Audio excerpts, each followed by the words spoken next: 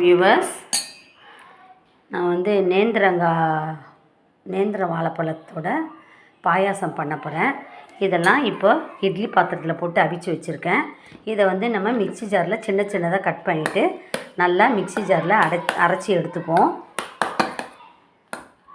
நேந்திரப்பழ பாயாசம் நல்லா அரைச்சிட்டேன்.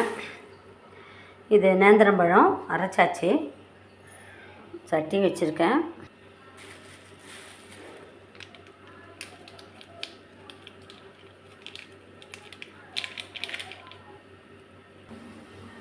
நெய் போட்டுக்கிட்டேன். ஃபஸ்ட்டு சின்ன சின்னதாக கட் பண்ணி வச்சுருக்க தேங்காவை போடுவோம். அதை நெய்யில் வறுத்துப்போம்.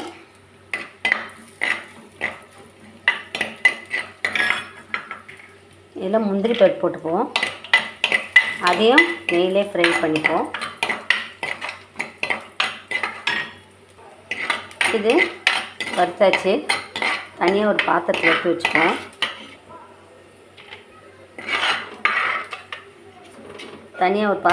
வச்சுப்போம்.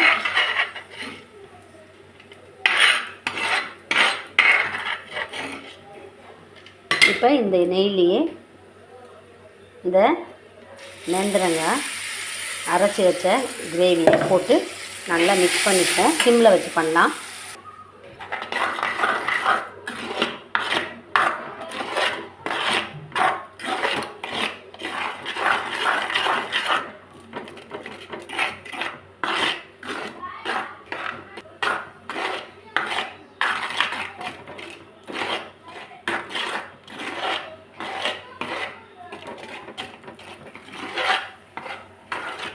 ஓரளவு மிக்ஸ் ஆகிடுச்சு. கொஞ்சம் வெல்லத்தை போட்டுப்போம். நான் தூளாக கட் பண்ணி வச்சுருந்தேன். வெல்லத்தையும் இதோடு மிக்ஸ் பண்ணிப்போம்.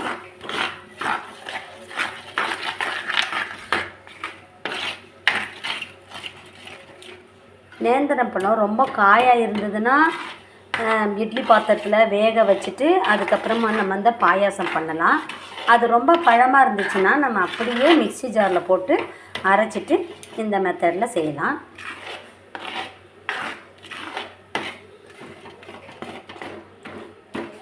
இந்த வெல்லம் கொஞ்சம் அப்படியே மெல்ட் ஆகட்டும், உருகட்டும். இந்த வெல்லத்தை கொஞ்சம் இன்னும் நசுக்கி போடலாம். பாகு காய்ச்சும் ஊற்றலாம். நான் சின்னதாக இருந்தனால அப்படி போட்டேன். பாகு காய்ச்சி ஊற்றணுன்னா ஊற்றலாம், எப்படி வேணாலும் செய்யலாம். இப்போ இதில் நான் வறுத்து வச்சு முந்திரியையும் அந்த தேங்காவையும் வறுத்து வச்சுருக்கேன் பார்த்தீங்களா நெய்யில், அதை போட்டுக்கிறேன். ஏலக்காவும் கொஞ்சம் போட்டுக்கிறேன்.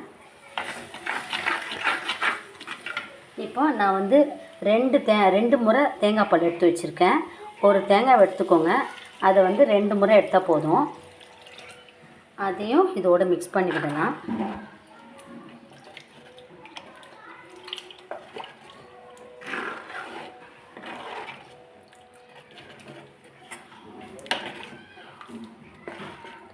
நேந்திரம்பழம் பாயாசம் ரெடி ஆயிடுச்சு. இது இன்னும் கொஞ்சம் நல்லா நம்ம கலக்கிக்கிட்டே இருப்போம்.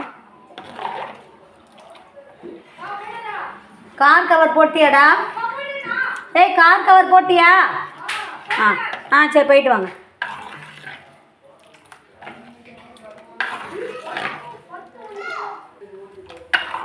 சுவையான நேந்திரம்பழம் பாயாசம் ரெடி ஆயிடுச்சு. நீங்களும் இந்த மாதிரி செய்து சாப்பிட்டு பாருங்கள். ரொம்ப சுவையாக இருக்குது.